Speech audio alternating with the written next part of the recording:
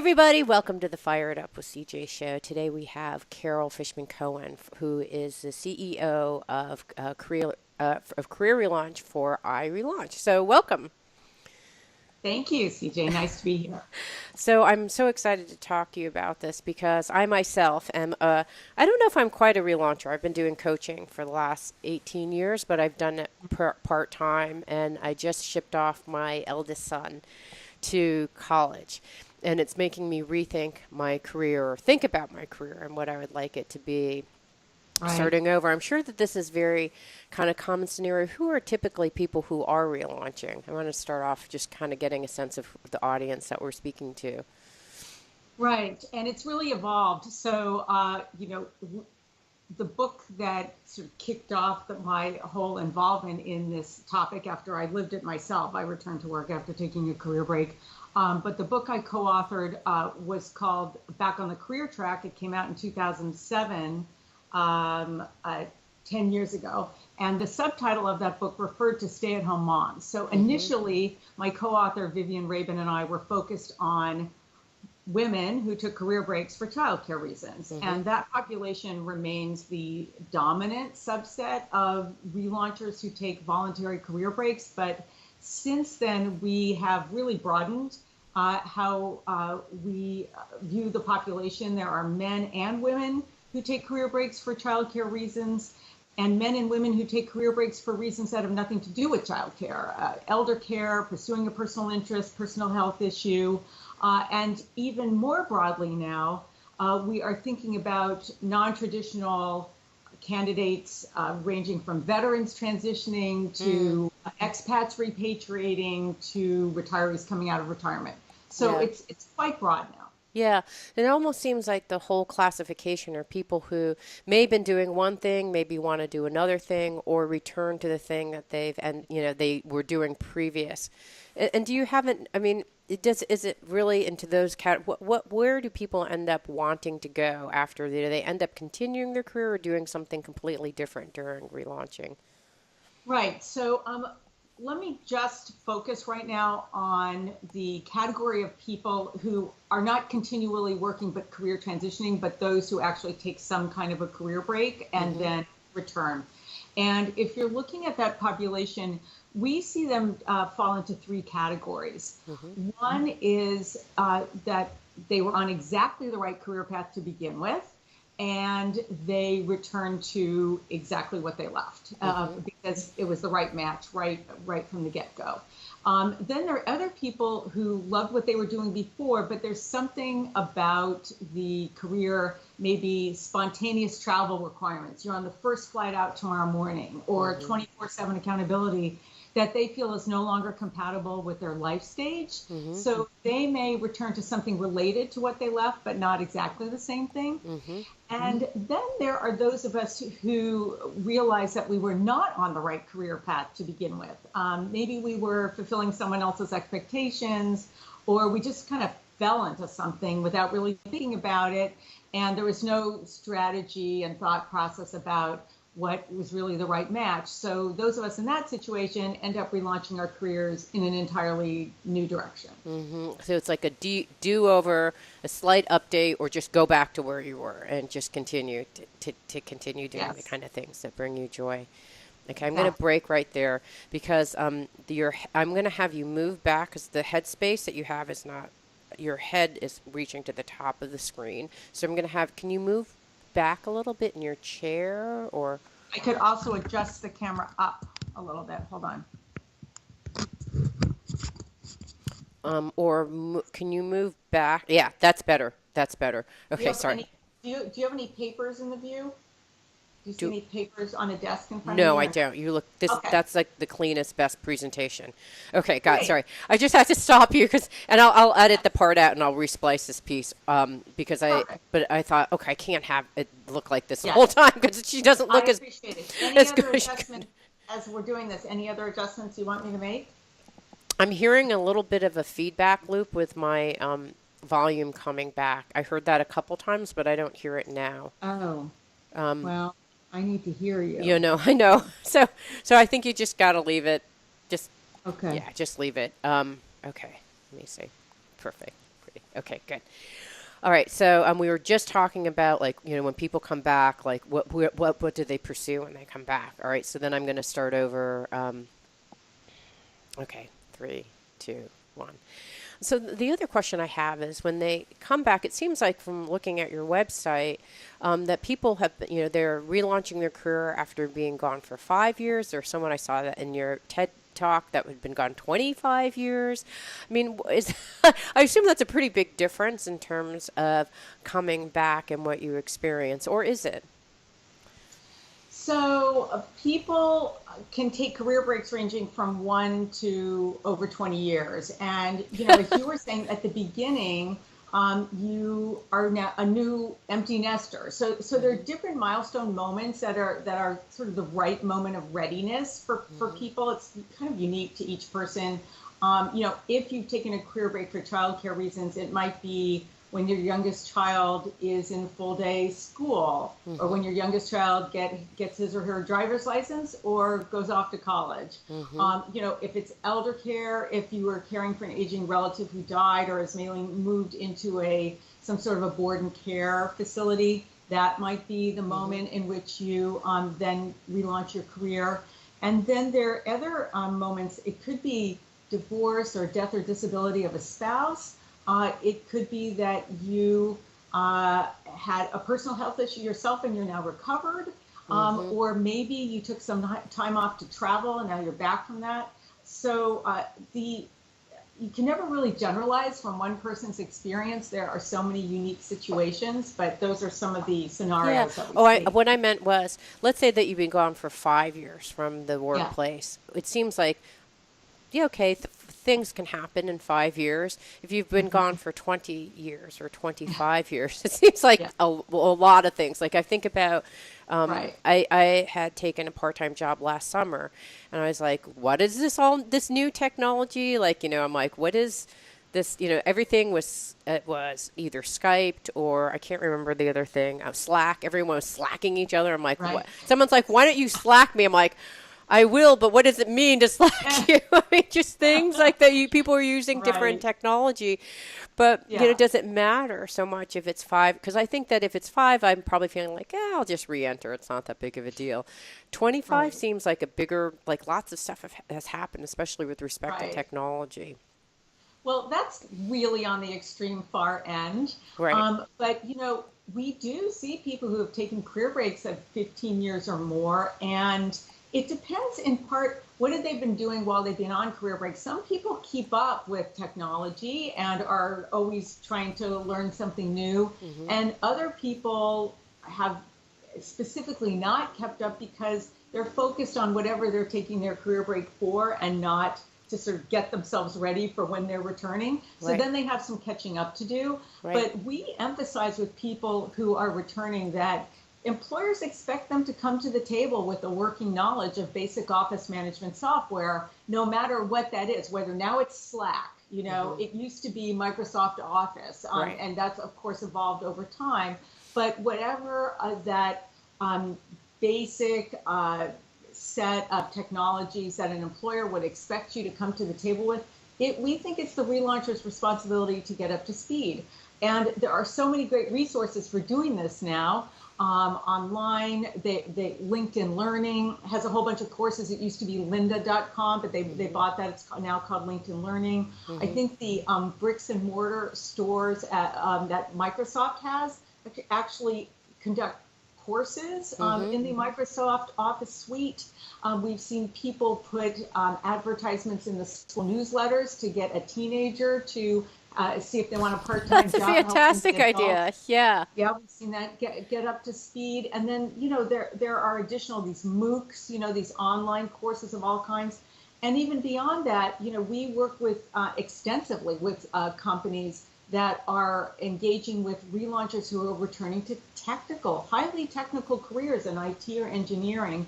And if they've been out for a long time, usually some sort of formal coursework is involved. If they're taking local community college courses, specific programming courses online, maybe they need to get Lean or Six Sigma certified by an engineering professional association. We've seen all of those scenarios. and that's how people attack the problem.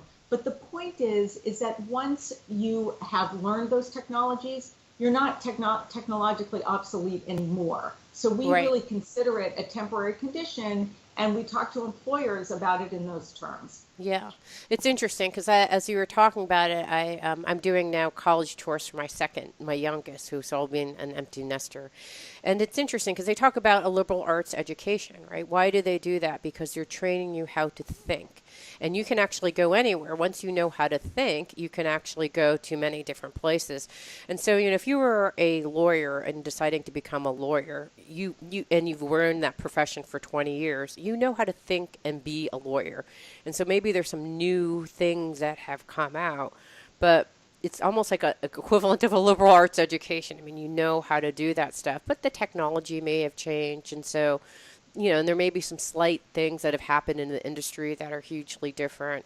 Um, Right.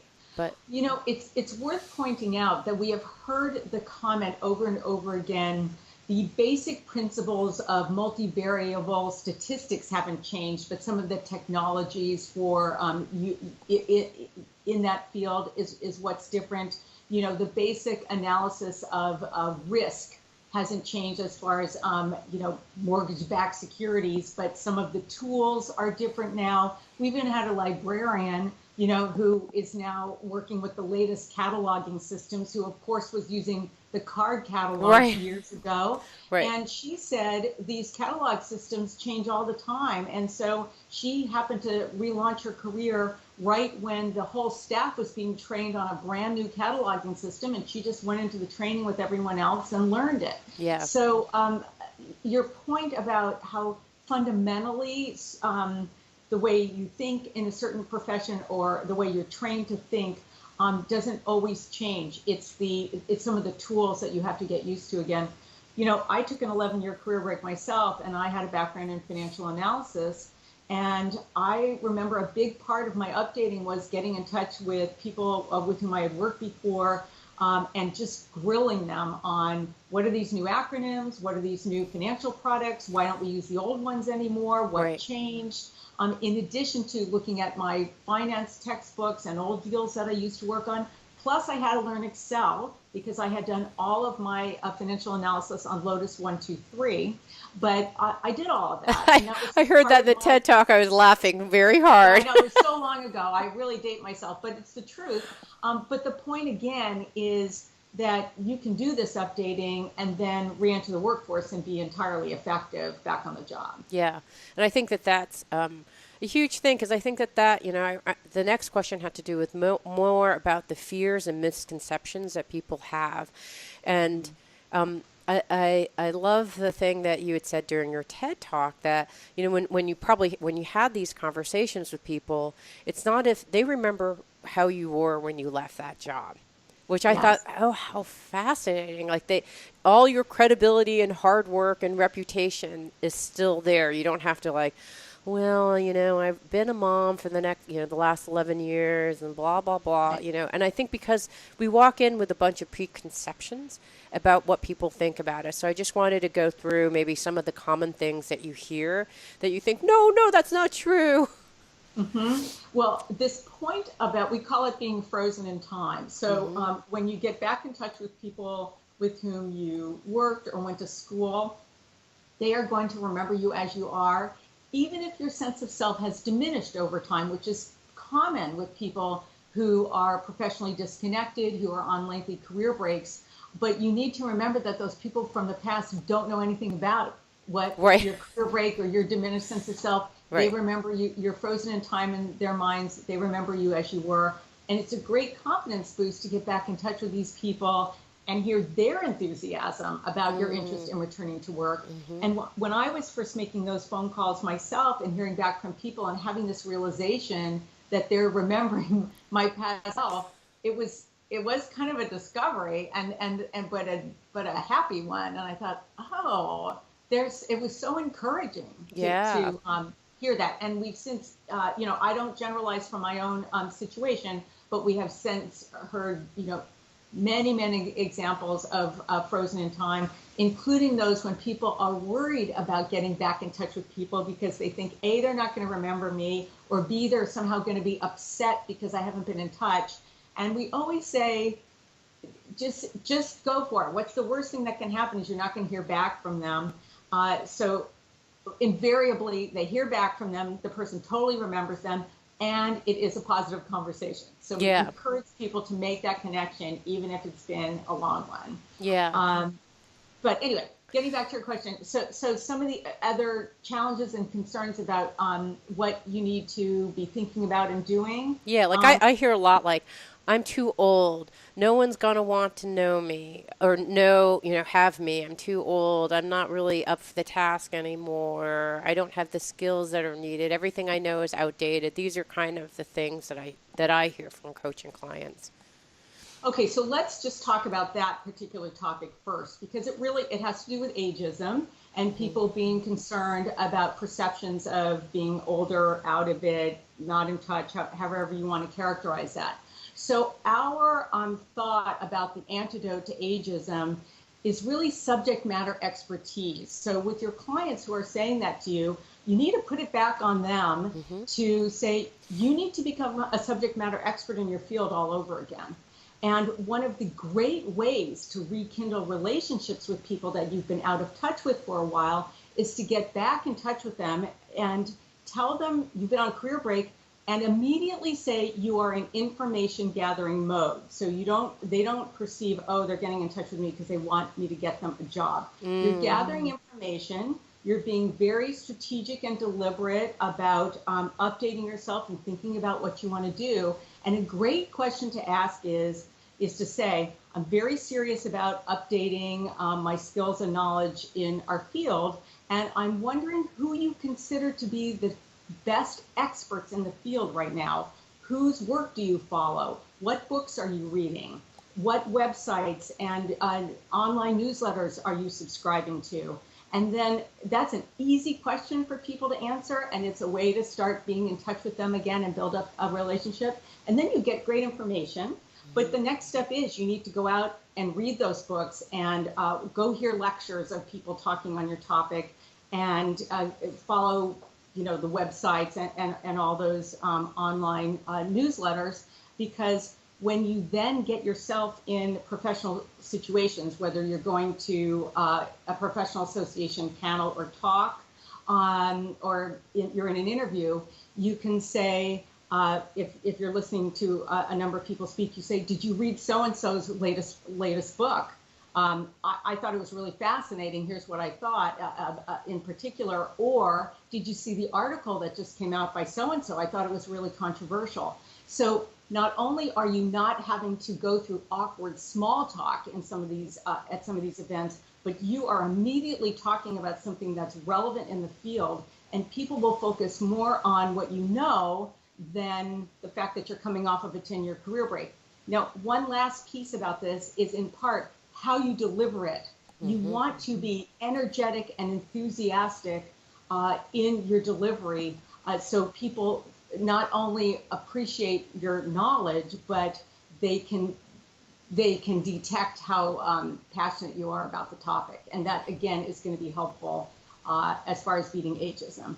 The other thing that I've noticed is people are very apologetic or too self-effacing. Oh, I haven't been in this for the last 20 years, but I read this really good book. Like, why would you say cut the first part, but then say the second part? Yeah. Are there certain, like when you listen to the language of people who are talking about, do you find that to be common where there's this apologetic, like, I'm sorry that I did something with meaning and taking care of my kids for 11 years. There's this great apology or feeling bad about it, which I don't know how. And so there's this kind of preface to anything that they say that kind of diminishes the next thing that they're going to say. Does that make sense? You are so right. So the apology is an issue, and apologizing for taking a career break. We say, well, first of all, I should say that what we find people are most hungry for are scripts, like the actual language of what you say when you're in these situations. Yes. So that's one of the things we do at iRelaunch, is we provide scripts and language to people in terms of how to respond in these situations. So probably the question we get asked most frequently is, how do I talk about my career break in an interview or when I'm talking to someone in my field? And the answer is you have to not apologize, and you have to just be very matter of fact about why you took your career break, and then move on to why you're the best person for the job. So you need to say, yes, I took a career break to care for my children, and now I can't wait to get back to work. In fact, the reason I'm so excited about this particular role is when I worked at Company X, we had very similar customer challenges. So you are saying, you're acknowledging you took the career break, you're not apologizing for it, you're moving on to why you're the best person for the job, and you are talking about that experience as if it happened yesterday. So you're not saying, way back in 2001, I did this. You just say, when I was working at Company X, this is what happened. Yeah. When there was a Macy's.com, Macy's, this is what I did. Okay, but still, it's still relevant. Okay, so I'm hearing a couple of different strategies, just to summarize. I think these are strategies. One is get current with your technology, because you probably have all the structural ways of thinking about the profession that you just left. However, you may not know all the office technology that is around. So get current, and then become a subject matter expert is another way for you to feel confident. In a lot of ways, these are excuses that I'm a coach, okay? So here's what I'm going to say. I say these are excuses that we make because they're fear-based oriented ideas. And so instead of saying, I'm fearful that I'm not current, I'm hearing you say, well, get current. Right. You can spend a lot of time and energy being fearful, or you could take that same time and energy meeting with a friend, whether they respond to you in LinkedIn or not, and they probably will, and getting current. So I'm hearing that's another strategy. And the third is to kind of unabashedly go for it. Do not be apologetic. Don't feel like explaining why you made the choices that you made, those kind of things. Right, and there's a corollary here, and you kind of alluded to it, and that's don't go about this on your own. So one of the probably our primary pro bono project that we've worked on at iRelaunch is we established the Lean In Return to Work chapter with Sheryl Sandberg's Lean In organization, and one of the reasons we set that up is because the platform is really perfect for people to then form Lean In circles that function as job search, accountability, and goal setting groups. And so if you go about this process with other people, whether you find a friend or whether you set up a Lean In circle and find other people in your area and you start meeting every other week, we have 6 sessions of free curriculum on the Lean In Return to Work chapter site to use in the meetings. But the most important part is that you're accountable. So if you did say to the group, I'm going to reach out to 3 people I worked with in the next 2 weeks and ask them about experts that they follow and resources to get up to speed. And I'm going to sign up for 5 of them and check out 2 of the books out of the library, or get it on my Kindle. Yeah, so get groups together so Lean In is something I can go to and find a group that is a relaunch group in my area. It's a return to work group. Either you can find one that's already exists in your area, or you can set one up in your area. And we also have a private Facebook group that people have to apply to join, but we have 1,400 people in it. It's very active. It's people all talking about their career breaks and their challenges moving forward, and there's lots of encouragement and ideas and feedback. But the idea is you go through this process with other people and not on your own, because if you're on your own and you're afraid, like you're saying, or just things come up, 3 weeks can go by and you might have not made any progress, whereas if you're doing this with another person or with a group and you've stated your goals and they hold you accountable, then you're much more likely to keep your job search moving forward. Yes, and tell me about the Facebook page if people would like to apply to be part of it. Okay, so we do have a regular Facebook page. That's the iRelaunch Facebook page, and anyone can join that. But then, or can like that and follow it. But then we also have the iRelaunch Career Reentry Forum, and that is a private Facebook group. and people can apply to be members. If you're on career, we don't have recruiters on it, but we have individuals who are on career break and looking to return to work, and then we will admit you, and you can be in you can be in the group too. Okay, cool. So I want to go back to talking about iLaunch because you've mentioned it a couple times. You just had an event, I relaunch Yes. event, and in October, right? So Yes. I wanted to check in and see how that went because you just finished this gigantic presentation. It's been you said you've had this since 2008, I guess, and you've basically Yes. had lots of people go through it. Tell me. What's changed for you since you've been doing this for a while? What kind of the new things are you finding are happening with the audience or the energy or just generally? So you're talking about our flagship event, the iRelaunch Return to Work Conference, which we have now run 21 times since 2008. We've had over 6,000 people come to this one day. It's a one-day event. It's a day of career reentry strategy and education, and also the opportunity to meet employers who are interested in hiring people who are coming off of a career break. And we call it a judgment-free zone because everyone there has taken a career break. The employers all know it. You don't have to explain it. In fact, we just had our East Coast 21st conference at Columbia, and many of the Wall Street firms sponsor that conference. And a lot of them have formal career reentry programs themselves for which you are only eligible if you took a career break. I love that. How that evolution, because it Yeah. used to be, of course, if you took a career break, you couldn't get a job. Now you have to have a career break to qualify. We also last May ran our first conference on the West Coast at Stanford, and we'll be doing both of those conferences again in May and October of 2018. But the trends that we have seen are a few. First of all, we've seen more and more companies start these formal career reentry programs. Some of them are programs that involve some kind of a paid mid-career internship, and some of them are programs where people apply to attend a professional development day where they screen who is allowed to attend, and then they do recruiting from that pool directly into full-time roles. So we've seen a number of different approaches, but more companies are focused on the high caliber return to work program, and more companies are offering formal programming specifically to engage with the demographic.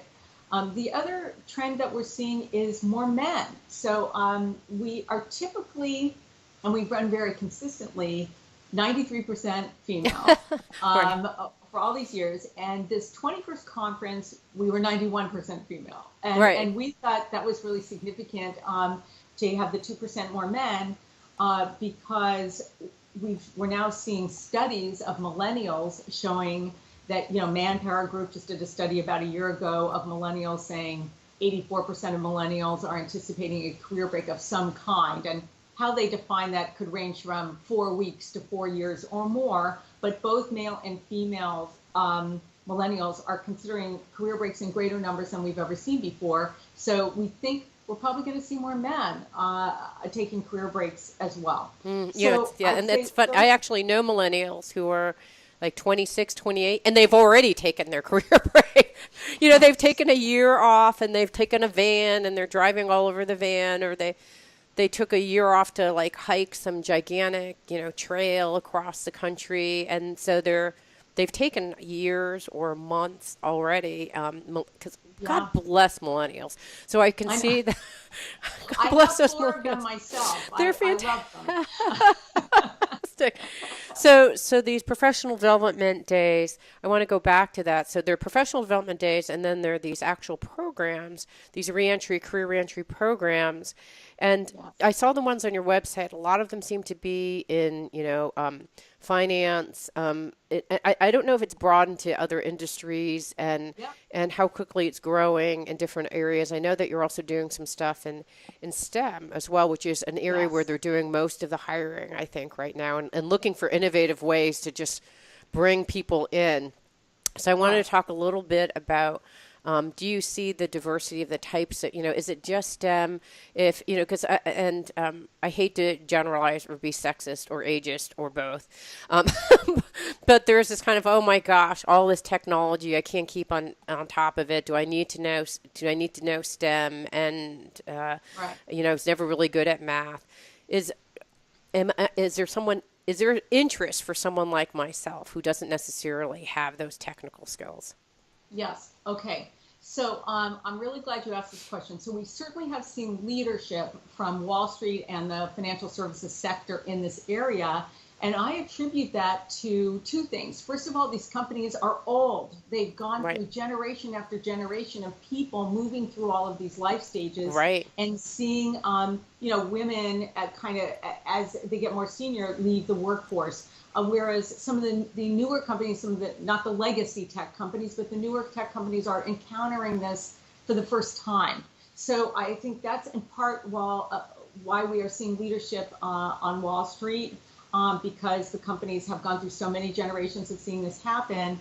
And the other piece is that the sense of urgency around not having enough women in mid to senior level roles is kind of a trigger point for starting these programs in the first place. And then what happens is once the programs get going, even skeptical managers who might not have been that interested to begin with start to see the caliber of the candidates who are coming through. And ultimately they're like, oh, I want to be part of this program too. So for example, even if a finance company is running the program, it's possible that they have opportunities for in the their career reentry internships in their human resources department and in marketing and in legal. So you have to think that there are a broad range of functions that are part of these programs, even if the industry might be finance. Got And it. then the second piece is that what happened was in 2014, all of a sudden, there were 5 of these programs on Wall Street. Wow. And at our iRelaunch conference that year, we had a panel for the very first time of interns, mid-career interns. Some people don't like using the word intern in association with this group, people who might have, 10 or more years of experience before their career break, don't always want to be referred to as interns, but I'm Right. just using it as an umbrella term, just for simplicity. So we had 5 interns from 5 different programs talk about their successful hiring after completing those programs. And that was a light bulb moment for us to have that panel happening at our 2014 conference. All of a sudden in my head, I thought, we need to take this model to another industry sector. And the one that was really ripe for that was the engineering tech sector. And what happened was we ended up partnering with the Society of Women Engineers. That is the largest member-based engineering society in the world. They have 35,000 members and 80 companies as part of a corporate partnership council. So together, we put out to their corporate partnership council this concept of forming the STEM reentry task force, where we were looking for a handful, 5 to 7 companies that would commit to piloting a paid career reentry internship program for returning IT and engineering professionals. And we got 7, and they're some of the biggest, most prestigious companies in the world, IBM and Cummins and Booz Allen Hamilton and General Motors, and there are more in that initial group. And it was extremely successful. So like IBM and General Motors ran not only one pilot that first year, they ran 3 separate cohorts. Wow. Each one bigger than the last. And now they're expanding their programs again in this year. And so that was the first year. We had 7 companies in 2016, and then we had 7 more in 2017. We're working with those companies now. We meet with them every month, the program managers, program champions, as they're developing and launching these programs. Ford is in it now, Johnson & Johnson, Northrop Grumman, another very prestigious group of mainly, Fortune 100s, a lot of Fortune 50 companies. And we're thrilled about this because now we're working with over 30 blue chip companies, either through sponsorships through our conferences or directly through these group initiatives or one-on-one. And we are very focused on working with the largest companies because of their potential to scale. Right. But the key with the large companies is that they each need to develop their own unique program. They need to decide when the program's going to run, how long it's going to be, how many times a year they're going to offer it, what geographic locations, and what the job descriptions are going to be. So we find that they're less interested in having sort of a cookie cutter program that everyone participates in, but they each develop their own unique program, but are still part of the STEM Reentry Task Force. And we do a lot of collaborating and troubleshooting as a group through these monthly meetings of the program managers who are starting these programs. And then I relaunched, we provide subject matter expertise. We've been working with these programs for since the earliest days. The very first program was Goldman Sachs program, was 2008. We've been tracking these programs since then. We've been involved with them.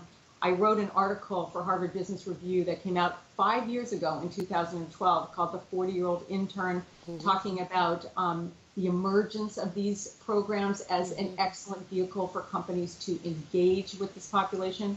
And we also have a proprietary archive of materials for job descriptions and landing pages and intern orientations and all sorts of resources that they need. So all of this is happening at the same time, and we're starting now to see these programs get established and grow. And it's been very exciting. Really exciting. Okay, I have a couple questions just from the person who's looking at these programs. Yes. So here's what I'm hearing. They're all different, but from and they're all going to be different in terms of how long, the commitment, Yes. what they look like. So you can't really answer necessarily those kind of things. But can you generally talk about like what the range of possibilities look like for the programs Yes. out there? Yes. Before I do that, I also want to completely answer your original question. So we're now seeing companies beyond finance and tech offer programs. So there is a separate initiative called the On-Ramp Fellowship that is focused on lawyers returning in corporate legal departments and law firms that has expanded internationally. We've seen some advertising companies start to offer programs now. PepsiCo started the first program in consumer products that we have seen. We're starting to see some activity in some of the strategy consulting companies. So, we have on the irelaunch.com website, one of our most popular pages is our list of 60 plus paid corporate reentry internship programs around the world. We're up to 67 now. We're going to have to change it to 70 plus soon. But that's a really good list of programs that are established that you can see how they're starting to broaden to other industry sectors. So, Yeah. generally speaking, I mean, so if I join these programs, what's it? It's when I think of internship, I think I'm not going to get paid very much. Right. You're going to put me in some crappy position. I'm going to restart from the below, the bottom Right. all over again. Why do I want to do that? Yes. I know that the conversion, and you talked a little bit about the conversion rate. So even if I do the internship, then it may not convert to a possible Yeah. job, and what happened. Those are the kind of questions that pop into my Okay. head. So let's talk about that. So first of all, some companies call them apprenticeships, executive in residence. There are a range of different names that is not an intern, exactly because of what you're saying it implies. But let me assure people, these internships are paid. The assignments are appropriate for mid-career professionals. Some of them are project-based, some of them are role-based. They typically last anywhere from 9 weeks to 6 months. The hiring rates we're seeing are consistent and impressive. So on the finance side, the financial services companies, where we have more data because those programs have been running longer, we're seeing the hiring rates range from 50% of the cohorts, and people come in as a cohort typically just like they might in a university internship. They come in as a group, they go through an orientation, they have weekly lunch and learns or other professional development. And usually the participants in that cohort, and I even have a Harvard Business Review article on this, the power of the cohort in career reentry programming, the cohort members become very close with each other because they're unique within the organization. They're Right. not other people in the organization. Well, maybe there's a few here and there who took a career break and came back, but most people are not going to have be mid-career professionals who are coming off a career break. So that cohort piece is really important. But in terms of hiring rates, we're seeing 50% to over 90% of people who go through these programs in financial services get hired when the program is complete. And on the STEM Reentry Task Force side, we'll now have almost 200 interns who have gone through the program. Some are still in it because they are 6 months long, and some will have completed, but who have at least started a program by the end of this year that are part of the STEM Reentry Task Force programs. And those hiring rates are 60% to 100%. On a weighted average basis, 89% of people who are going through those programs That's are getting huge. hired.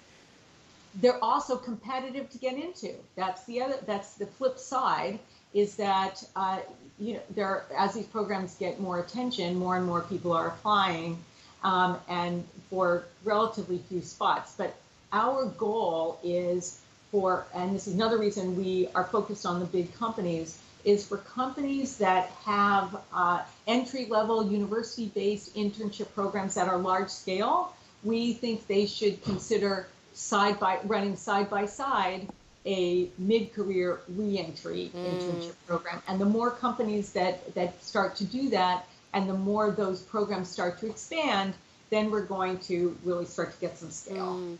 And then you said that in your, I think it was a TED video, that the salaries are competitive. I don't know what that means. Like competitive to where you used to be? Competitive. I mean, I'm not sure what that means. Like, okay. Yeah. So What's happening with the money and what happens to my position? And these are the kind of things people want to know, right? Right, of course. As far as compensation, we recommend that to companies that we are working with, and we see this predominantly, that companies will target a mid-career role, like a mid-level role that a person might typically be hired for when they finish the program. Look at the salary range for that role, and then probably pick something on the lower end and prorate it for the number of weeks of the internship.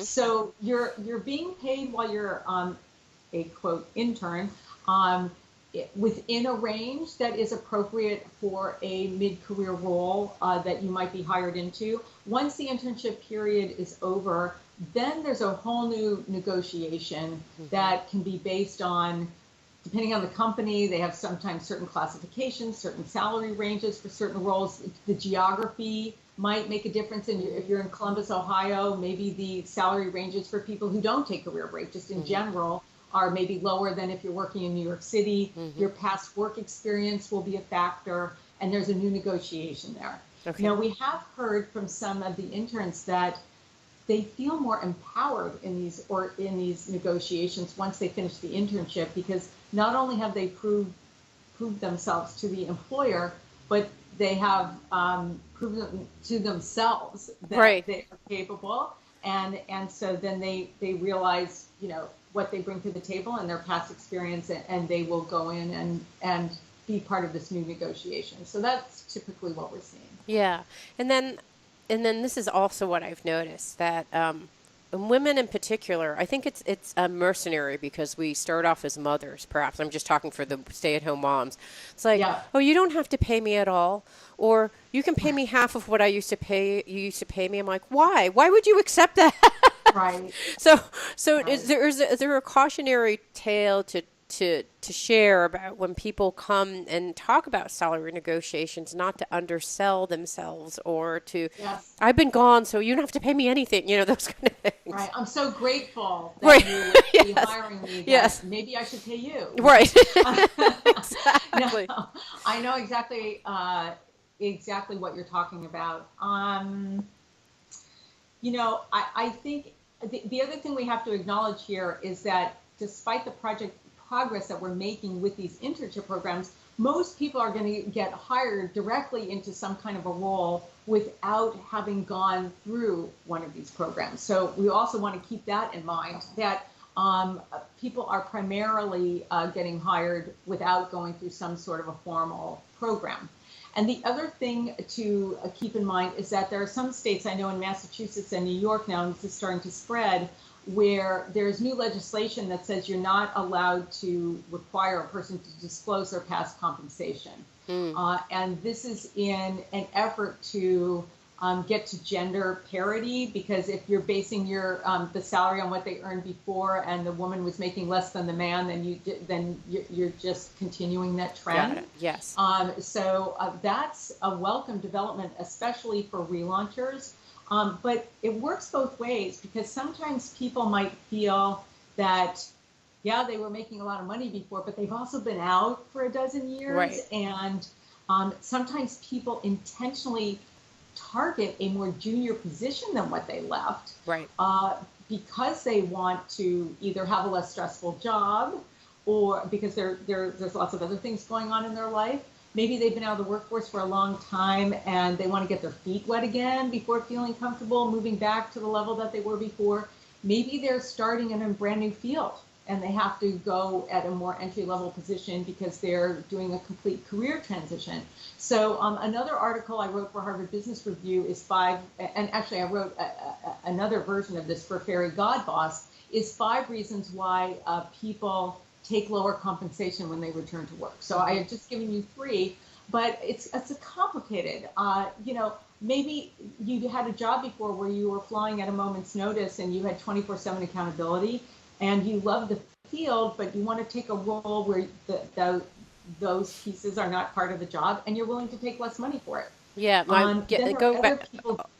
Sorry, going back to that article, because one of the things that I noticed is that article brought up for me when I thought, it's hard because I'm now 55. I'm at the age where it's like, well, 10 years from now, I'm going to retire. I've been working as a consultant. And when you're staying at home or working part-time from home, you have a certain amount of freedom. And as I talked to a friend of mine, I'm like, I don't know if I can go back into the corporate world, because there's this, a 9-to-5 job that you have to be to every, and you have you're beholden to some boss. It's like a structure where I'm like, oh, I don't even know if I can do that anymore. And you talked earlier about life stage. So is that somehow, what do you notice when people go into a certain life stage? Because, maybe when you're 20 and you go back and you take a break, you go back when you're 30, or even when you're 40, you're like, I'm willing to go back into that whole corporate grind. At this juncture, I don't know if I'm willing to take those terms anymore. Right. So how does someone deal with those kind of things? Yeah, so that's a really good point. But there are a couple of things to remember. One is that companies have changed a lot. Mm-hmm. And the corporate mentality that you might be thinking about that was relevant years ago before your career break may be completely different now. And the companies might be embracing flexibility more now. And just in general, career break or no career break, it's not as rigid as it used to be. So some of that is investigating the companies or the industry that you're interested in going back into and finding out if things are still as rigid as they were in the past, or if they switched. And then the other thing is to think about maybe unexpected places to look for a job. For example, academia, colleges and universities, and seeing what the opportunities are there, and what's the culture like on campus, where a lot of people are working in kind of a non-traditional way. There's the academic calendar, and what do people do during their summers? And people, the professors on campus are doing part research, part teaching, and then they have office hours at odd times. So it could be that academia might be an interesting place for you to explore. And then there are the small and medium-sized companies also who might be thrilled to get a high-caliber person who's coming off of a career break, who wants to have some constraints. We call it the 3 C's. There's control, content, and compensation. So when you're thinking about relaunching, you have to think about what this means to you. Control is really your schedule. Like, and it doesn't even have to be related to elder care or child care. It could be, do I want to have room? Am I willing to take a full-time job, but I want room around the edge to train for a marathon? You know, Right. people have all different requirements. So it's very unique to the person, and you have to get up to speed on what companies are thinking now, and you have to be creative about the whole range of employment opportunities that you're looking at. Right. So it's control, compensation, and what was the other one? Content. So Content. yes, so we can talk about. So content is what you, of course, what you're doing on the job, and then by extension, the people with whom you work. And then there's compensation. Am I going to get paid fairly, or what I think I'm worth for the work that I'm doing? Right. And the key thing to keep in mind about the 3Cs, as far as relaunching is concerned, is that we think you shouldn't have to trade more than one C for another to get back on the career track. So, for example, some people are willing to take less money than they think is fair or that they're worth in order to get the schedule that they want. Right. But we think you shouldn't have to trade more than one C to get back on the career track, and you shouldn't have to trade that one C, namely compensation, forever, because Right. we see people make up that compensation piece over time through raises and promotions. They start as consulting and then they get a full-time job somewhere, or maybe they are running a business and become successful. So Right. different paths there. Yeah. I have about 50 other questions on my 2 pages. We've only hit the tip of the iceberg. This has Right. been so fantastic. We're here with Carol Fishman Cohen, and we've been talking about her business that she's a CEO of called iRelaunch. And so the next event is going to be, it sounds like Stanford is going to be your next event that you have if you'd like to attend a program. Tell us about your website and how people get in contact with you. Great. So yes, we have the irelaunch.com website. We run 2 main events. We're running at Stanford in May and at Columbia in October. But we also run lots of other events in between, and we partner with other organizations. Like last week, I was in LA at a Women in Hollywood event. I was at Bloomberg in New York for people who had already relaunched careers and the issues that they were concerned about. And then last Friday, I was at the Society of Women Engineers annual conference, moderating panels on relaunching and engineering. So we have events you can follow on the irelaunch.com website. And we also have tools and resources that are free. And then we have products that people have different price tags for that people can use as guides as they're going back through this process. So that's for the individuals. And then companies can also find out more information about us on our irelaunch.com website. Great. Thank you so much. Yeah, thank you. This is super helpful. Hopefully we can have you on the show again to talk about my 50 other questions.